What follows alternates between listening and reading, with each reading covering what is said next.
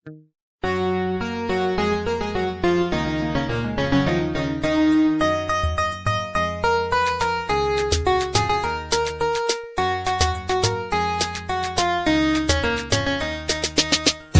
ke ce wacce nake ƙauna, zo ki ji 'yan mata.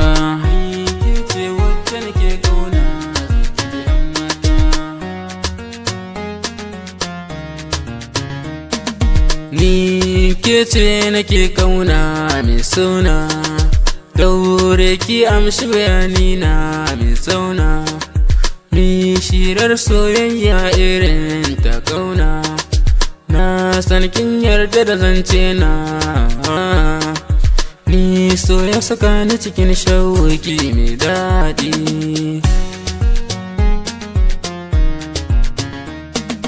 Kullum tunaninki ya zama aiki, in na je muryarki sai na yi shauki.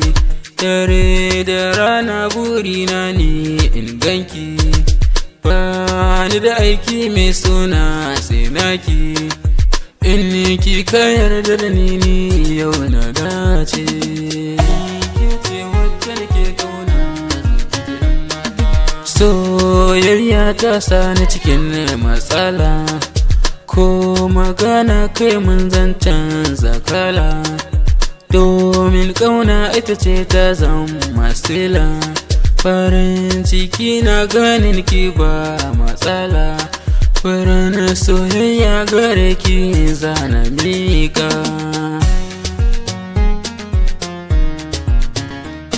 Sarauniyar kyau na baki kin jitawa, ga nutsuwa kina da kyau yar uwa. Hankalinki kowa yana yabawa, mai kyan gashi kin zama sanin kowa. Ni na ci gari na sami sahibata. Ke ce wacce nake ƙauna, lalle so babban abu ne gaskiya, ya shiga jikin yaro har ma yarinya. Yau kan ya sani ina ta yin hajijiya, ya wani sanki cikin zuciya ya fi maliya. Sani iya ba dare domin ki gimbiya. Zumar soyayyarki a yau ni na lasauta, lalle soyayyarki san alkinta. Komai nawa na kin zama yar gata, na susuci akan kiki ɗan halkanta. Zafi rana inuwa kuna ki tausaya.